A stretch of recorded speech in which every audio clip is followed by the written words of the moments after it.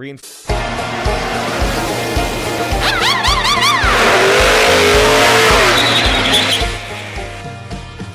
at it again with your most important NASCAR betting stop of the day. This is the Money Stop presented by Kicking the Tires and Sharp Link Gaming per bet MGM. And it's the Cusumano brothers back with you. He's Cole. I'm Steven. But I got to lead off this episode by saying that we're recording this on Leap Day, February 29th, which, of course, is Cole's birthday. So happy birthday, Cole. If you're listening to this, get on social media, wish him a happy birthday. It'll be a few days late, but it doesn't matter because this day comes once every 4 years, and it's finally your birthday. And I think your early Christmas present, Cole, was one of the greatest races in NASCAR history. From start to the very, very finish at Atlanta, Daniel Suarez squeaks out a win by literally less than an inch. What was it, 3/1000ths of a second? One of the closest three-wide finishes and period finishes outright in NASCAR history. Little bit of car style. He stuck the tongue out, got the win.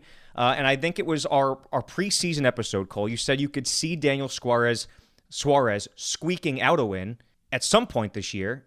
And that's exactly what happened in week 2. What a phenomenal race and finish. Yes. First off, thank you for the birthday wishes. Happy birthday to the other Leaplings out there. I think that is, by definition, what a squeaking out a win is. 3/1000ths of a second. What a race in general, though. I thought this was one of the best races in the sport's history. Just, you talk about a great equalizer. That is what Atlanta is, this new track. And I just had a blast watching this thing. So much parity throughout. I mean, so many cars involved in wrecks throughout the day. But it didn't really make a difference. They were there at the end. Guys like Michael McDowell started from the pole, scored his first career pole, able to rally for a top 10 after getting into a wreck. Chris Buescher as well caused one of the cautions, I think, towards the second stage of the race. But overall, incredible race, incredible finish, and one that I will never forget. And it's just got me all hyped up. You know, the birthday's obviously today, and then tomorrow I'm going to Vegas to cover that race. So could not be more excited, and I'm really pumped up because we had a really good weekend of analysis once again. Made some money for you guys on the DFS side from our lineup that we recommended, and just all around, the analysis we dished out for the Atlanta race, I think, paid off really well for a lot of bettors out there. That is pretty much the next order of business, quite literally, is addressing the fact that 2 weeks in a row, the next 2 races, Vegas and Phoenix, you will be in attendance. We'll get the intel from within the garage. Again, as of the day recording this, you're going to be leaving for Vegas the next day. And then, of course, your big week covering the Phoenix race for the Arizona Republic and Kicking the Tires and your various other bylines will come about as well. So we'll have some really good intel from that.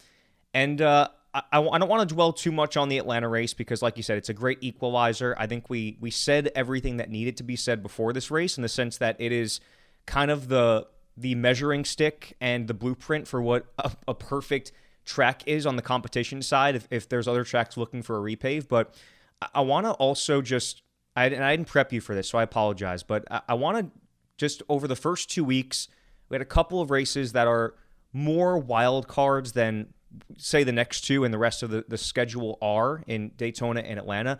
I want to see if you have one takeaway. If you have, I mean, there's a lot that's happened these first couple weeks. We talked about a lot of the question marks in our silly season, preseason episode.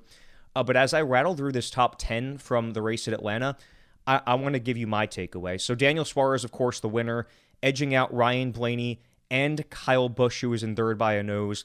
Austin Cindric, who was one of our top picks, was 4th. Bubba Wallace, who was one of our top picks, wound up 5th. And I mentioned it, again, our sleepers and our values last week were off-the-chain value. And then rounding out the top 10, we had Ricky Stenhouse Jr., Ross Chastain wound up 7th, who was another one of our favorite sleepers of the week.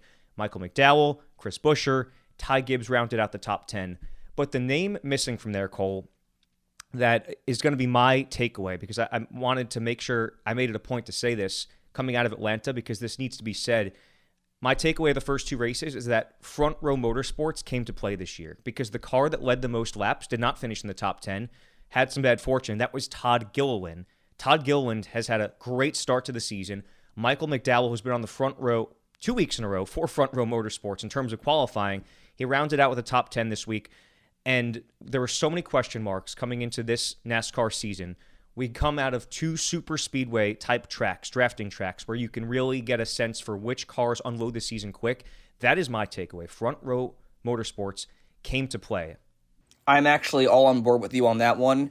Cannot say enough great things about that organization, and congratulations to the Todd Father, by the way. One of the best guys in the garage area, such an underrated talent.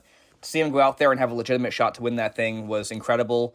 No, they didn't get the finish they wanted to or deserved, really, but either way, that is a really great time up front for that young man, and it's going to mean, I think, good things for his future in 2024. But I do have another takeaway, a really, really big one in my opinion. I mean, I don't want to get to that until our favorites category because I have some strong opinions on who I think has been the best car all season so far. I know it's only been 2 weeks, 3 if you count the Clash, but there's been one driver, one team that's, I think, put themselves apart from the rest as the best in the field by far. So we'll leave that teaser with you for now. I also want to mention that on this podcast, if you're new to the Money Stop, of course, it's your most important NASCAR betting stop of the day, named after the most important pit stop of the day. You can't win the race without winning the Money Stop, and the same goes for NASCAR betting. You can't win your bets without listening to the Money Stop. So we have a lot of money-themed segments. Nickel or Dime is one that we've kind of reverted to social media because we love our paint schemes here. That's kind of the one non-betting / analysis piece we do, is we like to dissect some of the paint schemes, and decided that because of how much of a visual that is, we move that to social media. So we vote on the paint schemes every week. We talk it over. We have a graphic every week. It's been a little bit of a slow start on the graphics and content side, just with all that we have had going on, but we'll be in mid-season form soon enough on that end. So follow us at _Money Stop. As this week we head to a much more conventional, traditional track that I think we're going to learn a lot about the rest of the field. Again, there's only so much you can learn from two drafting style tracks like Daytona and Atlanta. We head to Vegas this week, and again, this is really the big measuring stick that we're going to learn a lot about what we're going to see on a weekly basis in the sport. And we will see the starting lineup for this Sunday's race determined at 2:50 Eastern time when qualifying takes place. But Cole, as we take it to the bank and take a look at our favorites this week, pre-qualifying per BetMGM, once again reinforcing the fact that we had an extremely successful week betting last week with qualifying in mind. We're doing this, a lot of our episodes are pre-qualifying. We like to record on Thursdays for the most part.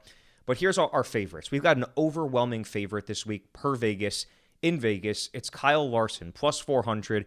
And then you've got co-favorites at the second highest odds at Christopher Bell and William Byron. They're each plus 900. And then you've got Denny Hamlin at plus 1,000, the fourth best odds.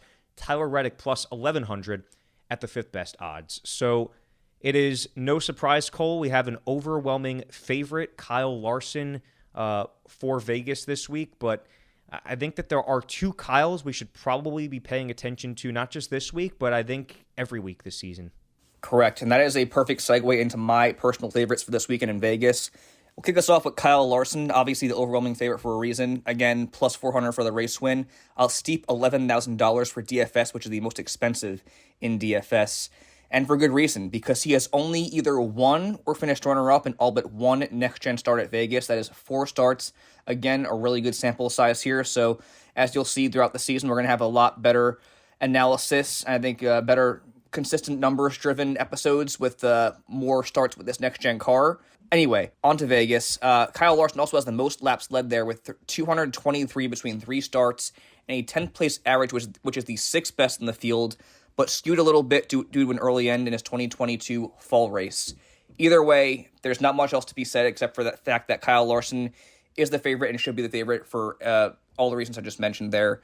However, my biggest surprise to start the season off is the driver you alluded to, the other Kyle Busch, who I think is the best and the fastest driver in the garage at this point in the season.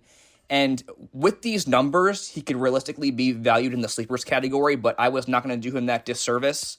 Plus $1,200 for the race win and $9,700 for DFS, which is the 7th most expensive of all drivers. You look back at what he's done this season. Runner-up in the Clash. I would consider him the best car in the Daytona 500, and then he missed out in that win in Atlanta by 7 thousandths of a second. Now going home to his home track of Las Vegas, he's only one of 3 drivers with top 5s in 3 of 4 next-gen starts at his home track. That amounts to a second best 6th place finish at Vegas. Finished 14th last spring as the outlier, but spoke with him earlier this week. He said that he was really confident going into his home track. Really happy with the notes that this team built up all throughout his first year with RCR. And he was able to kind of parlay their negatives from the spring race, and that amounted to a top 5 day in the fall. So, in short, I love both Kyles this week for Vegas, but Kyle Busch, he's the guy that's on my radar as the best driver in the garage to this point in the season. And that's completely warranted to say. Again, it's a small sample size. It's two tracks that are not the most conventional in terms of the fact that they are drafting tracks, but based on what we have to go off this year, Kyle Busch for sure is the driver in the team to beat for RCR. But one of the drivers that has also been hard to beat this year and is one of only two that's won a race this year is William Byron. So he's also in our favorites category, plus 850 for the win. He's also the third most expensive driver in daily fantasy at $10,500. So a steep price, but you could make the case that he's been as good, if not better, than Kyle Larson at Las Vegas because he dominated last spring. He's had 3 top 10s in 4 next-gen car starts at Vegas, and his 6.5 average finish is the third best with 185 laps led. That is the second most in the garage to only Kyle Larson. So at the very bare minimum, he's been a top 3 driver in the sport at Vegas. He also is one of, again, only 2 drivers to have won a race this season. So it's no secret why William Byron is one of the favorites this week, one of the favorites probably every week, but I would say especially this week. But we've talked about 3 Chevys here, Cole. It's time to bring our first other manufacturer into the fold, and that's been another one of the top drivers at Vegas and so far this season, Christopher Bell, who's plus 900 for the win. Just a little bit longer odds than William Byron, but a much better daily fantasy value. In fact, the best DFS value out of our 4 favorites. He's valued at 9,500, and he has been one of the best in the next-gen era at Vegas, yet somehow feels like he's been overshadowed and underrated. He was 1 lap shy of beating Kyle Larson at this race last fall. Otherwise, I'm sure that his values would be skewed even further the other direction, but he's got a runner-up in that race, a 5th place as well last year at Vegas in the spring race, 3 top 10s, and nearly 100 laps led in 4 starts at Vegas. And again, he's gotten off to a strong start this year. So Christopher Bell rounds out our favorites category. Larson, Busch, Byron, and Bell, as we'll narrow that down to 2 favorites later on. Continuing to take it to the bank, though, Cole, we have had really, really good success the first 2 weeks of the season in our sleepers category. And so this is probably where your ears should pucker up because we've had some really strong showings to start the season. And a common denominator the first couple weeks, one of our favorite sleepers who has not proven us wrong yet, is Bubba Wallace. Plus 2,200 for the race win this week, and 8,700 is his value in daily fantasy. Yes, and Bubba has proven through 2 races he is someone that you cannot ignore at this point in the season. He is the only driver in the garage with 2 top 5s and 2 top 10s in both races to start the season. So very much someone you should be looking out for. Also, just keep in mind, Tim and Toyota had really great speed in the 1.5-mile intermediate tracks last year. 2311 specifically looked really, really well. Finished 4th in the Vegas race last spring and 13th in the fall. Also led laps there in 2022, so he's someone who knows how to get around Las Vegas, and he's definitely improved his racecraft over the course of those 2 years with this next-gen car. And just keep in mind, very temperamental driver. Momentum's a very big thing for Bubba Wallace, so I feel like he's definitely going to be someone that's going to be running up front and challenging for a top 10, maybe even a top 5 in this race. But for me, the value of all values this week has got to go to Ross Chastain, who is plus 1,400 for the race win and $9,100 for DFS, which is the 10th most expensive driver. He posts favorite type numbers at a sleeper value. He is someone I'm locking in for probably every single prop bet and someone I'm looking at for the race win. He has the best average in the next-gen era at Vegas with 5.5. He is the other aforementioned driver along with Kyle Busch with 3 top 5s at Vegas in those 4 next-gen starts, including a runner-up at Vegas last year with over 150 laps led, the only outlier in his resume being a 12th place finish at Las Vegas. And also, I mentioned the excellence of Kyle Busch this year. What about Ross Chastain? Daytona, he was right there in the mix the entire race. He looked very fast as well in Atlanta. And also, Trackhouse coming off that huge win in Atlanta. I know it wasn't the number 1 victory lane, but that excellence and the victories permeate throughout the shop. They talk about that being one big family.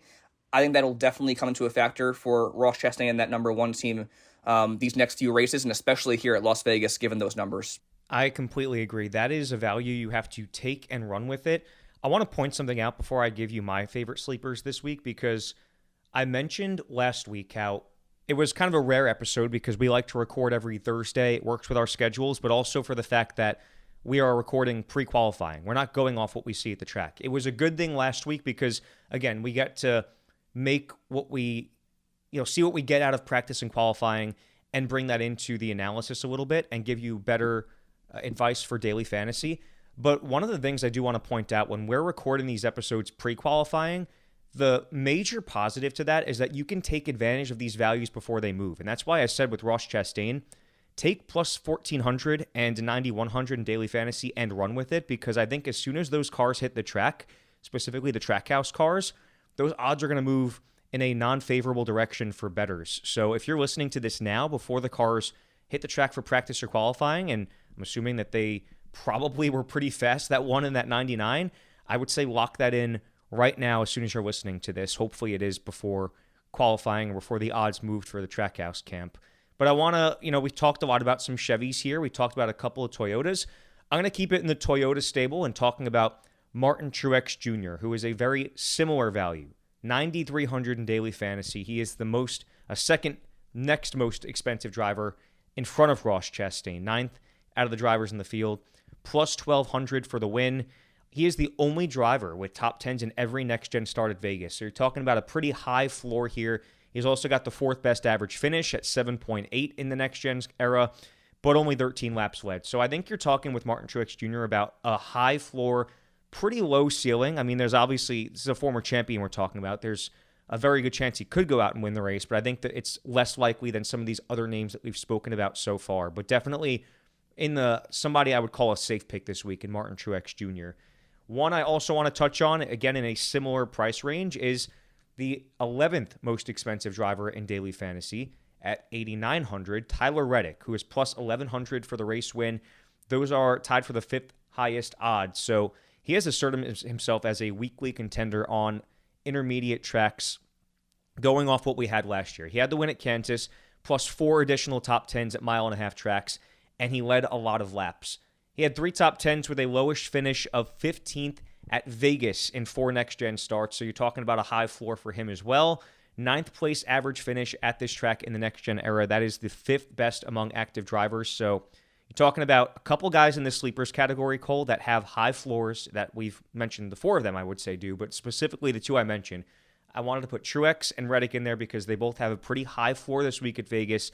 And I think if you're going out on a limb with some more risky drivers, perhaps the ones we're about to name, you can compensate for that with drivers that you can expect to put up a very solid top 10 at the bare minimum, unless things obviously go awry. But that is it for our sleepers category. You've got Tyler Reddick, Martin Truex Jr., Bubba Wallace, and Ross Chastain. And again, reinforcing that we have had very good success with our sleepers the first 2 weeks, as well as our value picks, Cole. And again, when you're thinking about picking some high floor drivers for your lineup, these are some guys that have obviously a much longer shot at the win, but they're values. So you wouldn't necessarily have to compensate by picking a driver like that. If you put these value picks in your lineup, or if you bet them for the race win or any other prop bets, you're still going to have a good enough chunk of change to put some money on a guy like Kyle Busch or Kyle Larson. But without further ado, Cole, value picks, got to start with another one of the,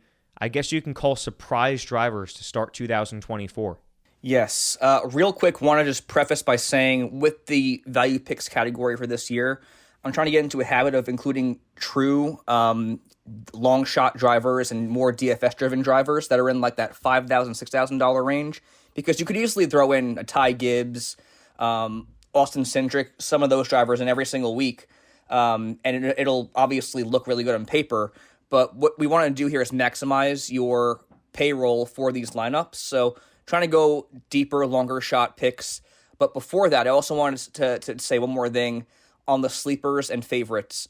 There were 3 pretty significant names that we had not mentioned that were either favored by Vegas or just our favorites when we go to this track in Las Vegas in general. Denny Hamlin, did not include him because he displays a 14.5 average through 4 starts at Vegas, although he does have 2 top 10s. Also, just have not really been a big fan of what I've seen from the Joe Gibbs stable in general this season so far. Again, just been 2 drafting tracks, but, these things kind of compound at the beginning of the season.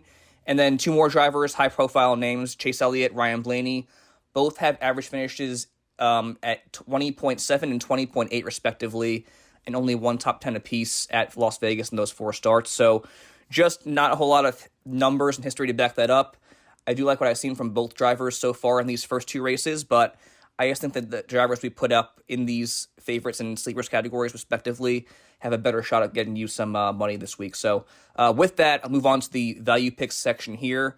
And our first driver, I'm not going to call him a DFS darling because we're the money stop. I'm going to call our DFS guys our DFS dough getters. And I'm going to kick that off with Justin Haley, valued at $5,300, our cheapest driver in the value picks category. In the next-gen era, he has an 8th place finish at Las Vegas, which happened last spring, and led laps the race prior. That 8th place finish is his highest at Vegas in the next-gen era. His lowest has been 22nd, so a pretty decent floor.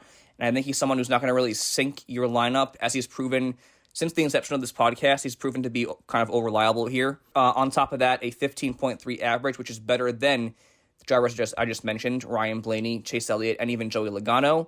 And I know there was that uncertainty with Rick Ware Racing, but keep in mind that team did have some really quality runs in 2023 with various drivers, so the equipment isn't what it used to be, and I think Justin Haley is a talented enough driver to bring that equipment and those cars to a quality finish like he's proven in the past. And then another driver I'm going to round out my value picks with is Austin Cindric, who is plus $12,500 for the race win and $7,000 for DFS.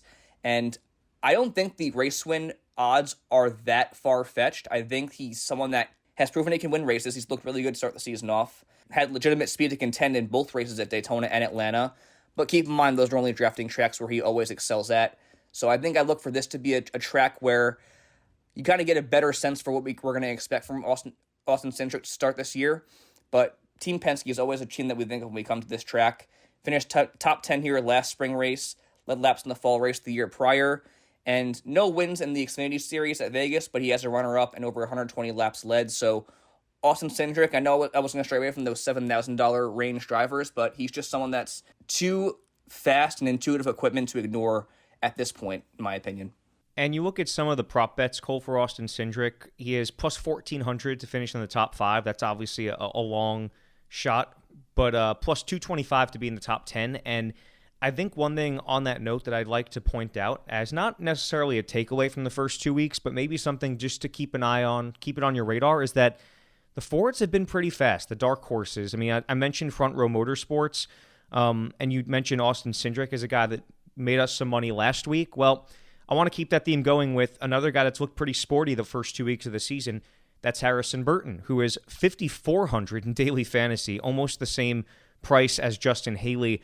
He has had 2 top 20 starts in 4 starts at Vegas, or 2 top 20s in 4 starts at least at Vegas, with a positive place differential in 3 out of 4, which could make him, as you said, Cole, a DFS dough-getter for us.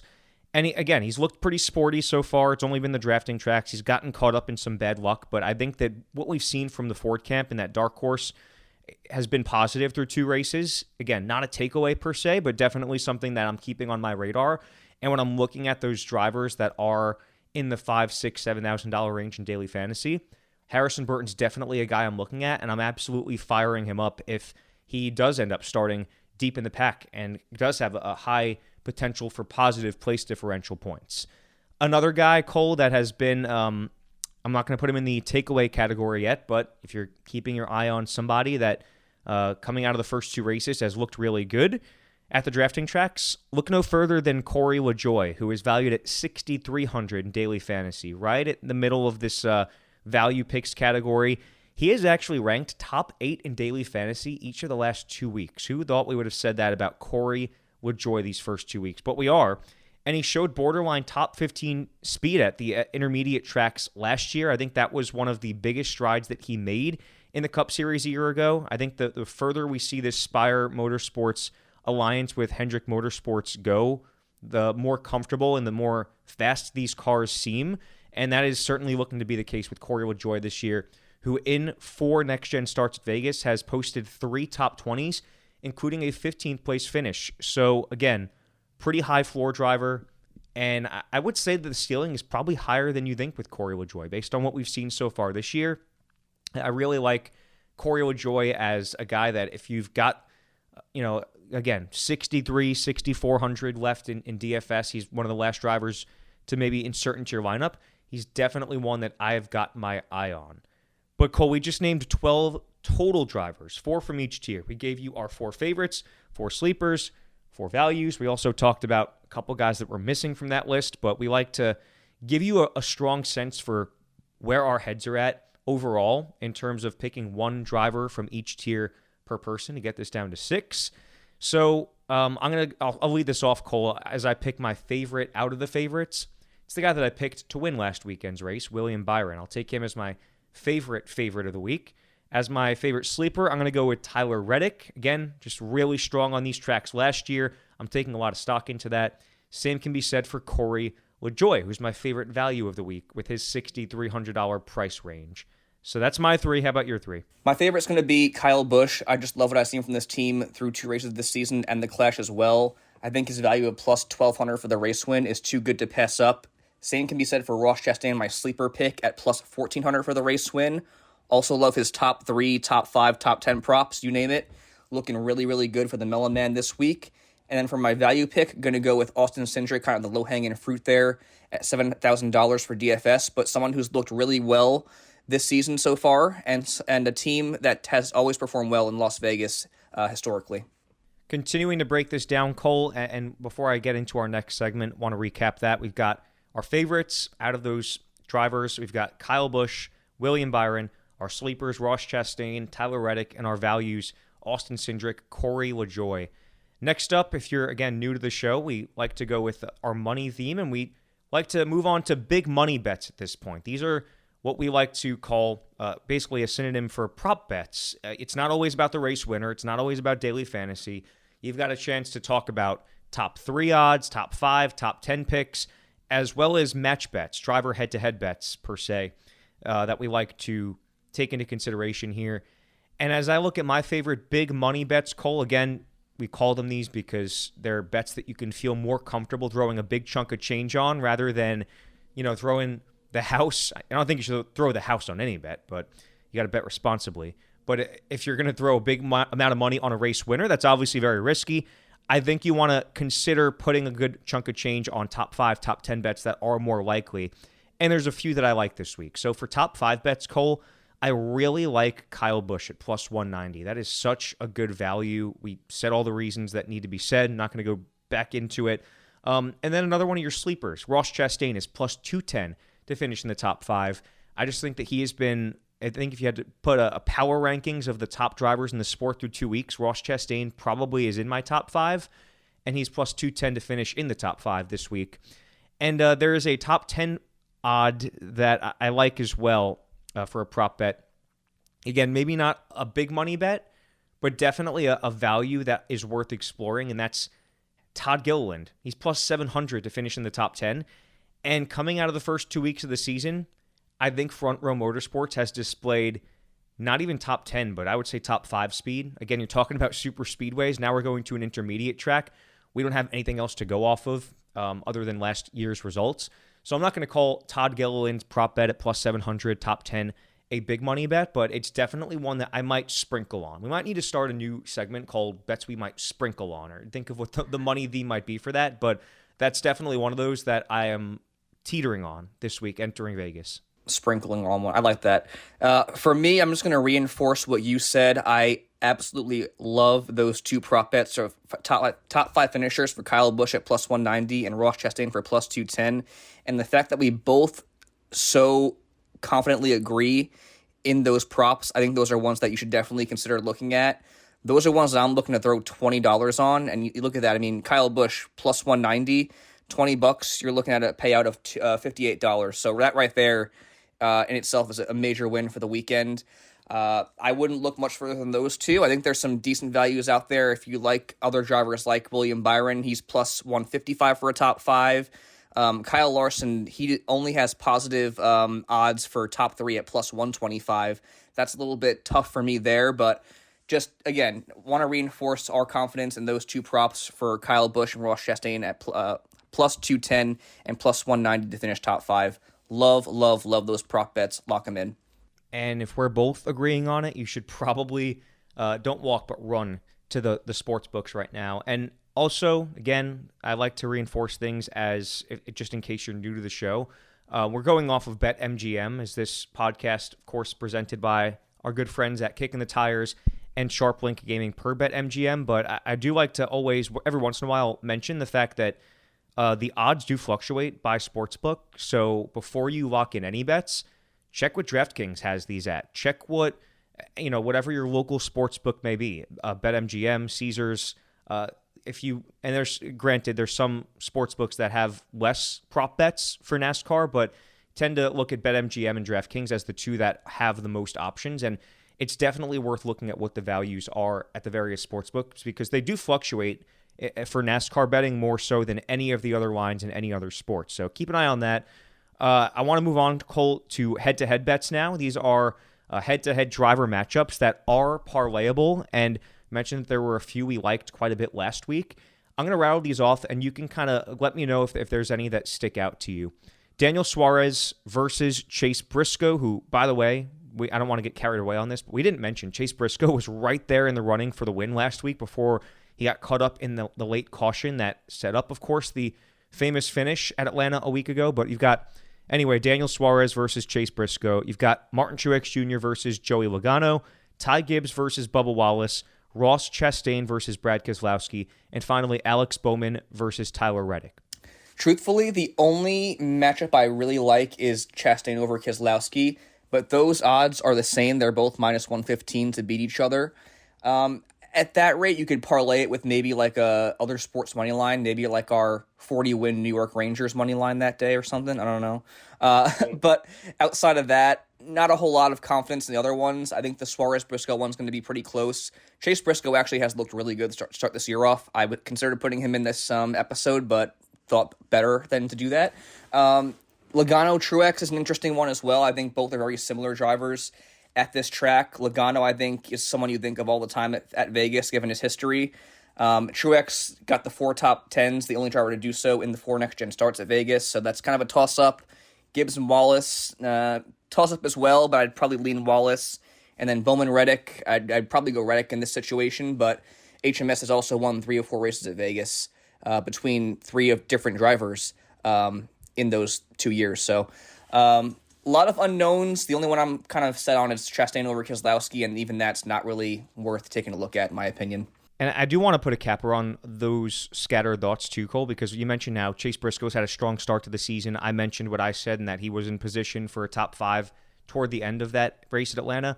Again, another thing I pointed out earlier this episode is that the 4 dark horse early returns have been good. The Mustang dark horse, I should say. Again, seeing scattered results. I mentioned Harrison Burton. I mentioned the Penske cars. We mentioned Chase Briscoe. Just something to keep an eye on going into this week. Wouldn't be surprised if a Ford does come out victorious. Although we did not have a Ford in our favorites category, we're starting to see that as a trend through 2 weeks. So something to keep an eye on for sure. But Cole, one of the final things we like to do on these episodes is recommend a daily fantasy lineup that both you and I collaborated on. And we talk about the values all throughout this episode, take that into consideration, and also take into consideration the fact that we are recording this before qualifying. And one of the cardinal ways to get points in DFS for NASCAR is points for place differentials. So you get plus or minus a point for every position that the driver finishes ahead of or behind his qualifying position. So if Kyle Busch qualifies 10th and he finishes 9th, he has 1 place differential point on the day. But if he finishes 15th, that's minus 5 on his total score. So keep that in mind as we talk about this pre-qualifying. This is the lineup that we collaborated on, Cole. And it leads off with Kyle Busch. Yes. In my opinion, it's going to be really difficult for bettors to fit Kyle Larson in their lineups at $11,000. So for me, I think the other Kyle Busch, is a really, really good consolation at $9,700. Our second most expensive driver is going to be Ross Chastain at $9,100. Again, mentioned his 3 top 5s and series best 5.5 average through 4 starts in this next-gen car. These are the 2 drivers I built my lineup around this weekend. I know last week it was towards the back end, more on the value side. I was a big fan of both these drivers this weekend, and from there I went with both 2311 cars. So Bubba Wallace at $8,700 and Tyler Reddick at $8,900. Really, really great stats at this track. Killed it on the 1.5 intermediates in 2023. I only expect that team to get better this year. And then Bubba Wallace as well, mentioned only driver with top fives in both races this season, and also one of those Toyota drivers that has looked really good at the 1.5 tracks in 2023. So, rounded out now with Austin Cindric at $7,000 and Corey LaJoie at $6,300. I just think this is a really, really smartly crafted lineup, I'll say. I think there's a lot of value here. I think there's not a lot of flashy names if you think about the Kyle Larsons, William Byron, Denny Hamlins, but I think you don't need the flash, and we proved that last week with our lineup. Failed to mention at the beginning of this segment, our lineup did indeed win people money last week. We placed 4th in one of the brackets and then 20th in another bracket out of quite a few entries. So definitely been our strong suit through 2 races. I am a huge fan of this lineup, and I think it should win people a lot of money as well for Las Vegas. So let's lock it in. Put our money where our mouth is. That is what we do at the end of every episode. We're going to put our money where our mouth is, lock in that lineup in, lock in our favorite big money bet, which we both agree this week, Cole, I think is Kyle Busch at his plus 190 odds for a top 5. We're all in on Kyle Busch this week at his home track. It just seems like everything these first 2 weeks has been leading up to a Kyle Busch victory at Vegas, and it would be a big one for him to get started this season. As we continue to put a capper on this episode, though, Cole, in the sport of NASCAR, how do you end the money stop or any pit stop? You drop the jack, and that's what we like to do at the end of every episode. Before we drop the jack, we'd like to give our race winner and our race sleeper picks. Recapping last week, Cole, we did not have a very successful week in this department. I picked William Byron, you picked Chase Elliott, and then our sleepers, I picked Alex Bowman, and you picked Corey LaJoie, which was the best pick out of those 4 last week. But I went first. We like to alternate picks. I picked the first winner last week. You picked the first sleeper, and we rotate those, so on and so forth. So with that being said, Cole, for Vegas at the Pennzoil 400, you get the first pick at winner this week. All right, I will keep this short. I'm going to go with the hometown hero in Kyle Busch, and I would be very surprised if he is not the car in victory lane come Sunday. I will double down on that and say I agree with you. One thing, of course, stipulation is that we don't pick the same drivers ever on the show. So because you picked Kyle Busch, I cannot pick him. I'm going to go with a little bit of an outside-the-box pick here, and I'm going to go with Tyler Reddick. I know it's not too outside the box. He's, again, displayed really good speed at the 1.5 tracks last season. Plus 1,100 for the win. He's right there inside the top 5 in odds. But he was in our sleepers category. Again, I'm putting a lot of stock into what we've seen in this next-gen era. We've seen a strong Tyler Reddick at intermediate tracks and a very consistent one at Vegas over the 4 next-gen car starts. I'm going to go with Tyler Reddick. I think if it's not Kyle Busch, it's going to be somebody in that kind of tier of a Tyler Reddick type that ends up in victory lane. And Cole, I've got first pick at sleeper. There might be some low-hanging fruit here, but I'm going to go a little bit outside the box on this one too, and I'm going to put my money where my mouth is and saying how much confidence I'm starting to have in the Mustangs this season. And one of our favorite values, Harrison Burton. We mentioned it before. I'm not going to go too in-depth on it, but I just like what I've seen out of him so far this year. Again, the results haven't necessarily been there. He's had a high floor at Vegas.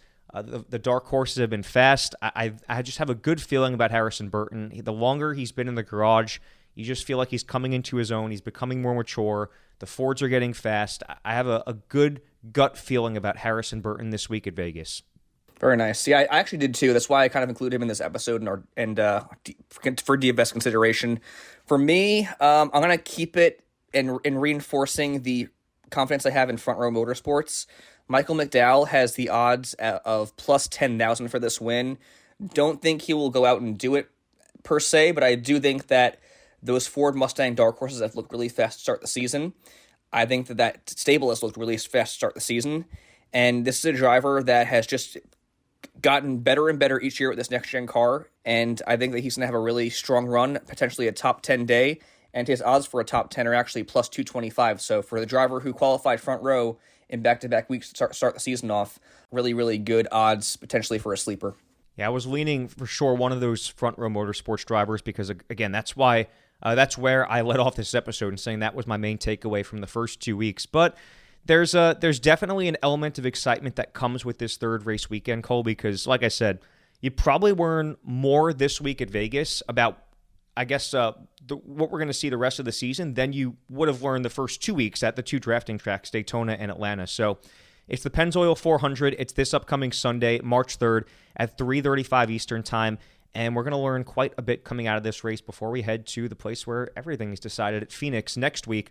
But this is the point of the episode where I like to plug our social media as we kind of sign off here at @the_money_stop.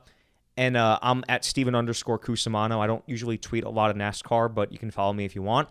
He's at Cole_Cusumano_ on Twitter. But in this plug, I want to stress the importance of following us this week because, again, you will be at Vegas, feet on the ground, in the garage, learning all the inside intel that we have not discussed on this episode. A lot to keep in mind going into that. And then next week, too, with Phoenix. This is our bread and butter track the last 2 weeks. The two of us have been to more races at Vegas and Phoenix than any other two tracks. You'll be there. This is a very important week to stay posted on social media and keep in mind everything else that we've had to say. So before we sign off, Cole, it is your birthday. Any parting words? No, I just wish everybody best of luck betting this weekend. I'm very happy I get a 7th birthday this year. I'm not going to say 28 because that sounds really old. So thank you all for the birthday wishes. Best of luck betting this weekend, and cannot wait to provide some really good content out there in Vegas and then Phoenix upcoming here next weekend. Going to be a really good time. Well, go have a fat steak now because, when you're placing bets the way that, with the advice that we've had the last couple weeks, you should be able to have a fat steak. That's what you deserve with the week we had at Atlanta. So it's been a fun start to the season. Hopefully you can say the same if you've been tailing along with us here on your most important NASCAR betting stop, the Money Stop. So for Cole, I'm Steven. We'll see you guys next time at Phoenix.